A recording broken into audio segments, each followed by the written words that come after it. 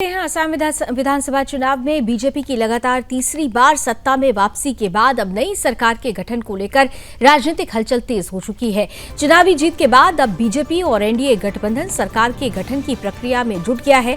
सूत्र ये कह रहे हैं कि हिमंता बिस्वा शर्मा एक बार फिर असम के मुख्यमंत्री पद की जिम्मेदारी संभाल सकते हैं और हालांकि इसे लेकर ये जो तस्वीर है वो काफी हद तक स्पष्ट हो चुकी है।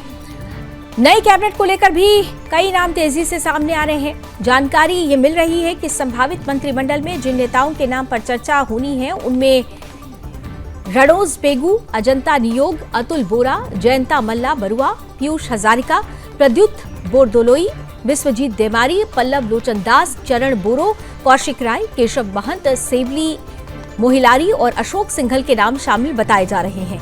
इन नामों को लेकर राज्य की राजनीति में लगातार चर्चा हो रही है। अलग अलग क्षेत्रों में सामाजिक और समीकरणों को ध्यान में रखते हुए संभावित मंत्रिमंडल की तस्वीर देखी जा रही है।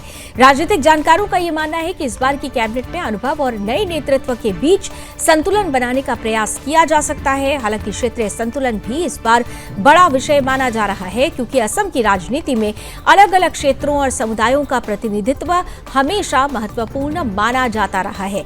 अब ऐसे में ये माना जा रहा है कि बीजेपी नेतृत्व इस बार कैबिनेट गठन में इन सभी पहलुओं को ध्यान में रख सकता है। बात करें चुनावी माहौल के बाद की राजनीतिक स्थिति की, तो बीजेपी और एनडीए गठबंधन की बड़ी जीत के बाद समर्थकों में भारी उत्साह नजर आ रहा है। राज्य के कई हिस्सों में कार्यकर्ता लगातार उत्सव मना रहे हैं। कहीं मिठाइयां बांटी जा रही हैं तो कहीं पार्टी नेतृत्व के समर्थन में नारेबाजी की जा रही है। दरअसल बीजेपी की लगातार तीसरी बार सत्ता में वापसी को पार्टी समर्थक एक बड़े जनादेश के रूप में देख रहे हैं। यही कारण है कि नई सरकार और संभावित मंत्रिमंडल को लेकर लोगों की उत्सुकता लगातार बढ़ती हुई नजर आ रही है।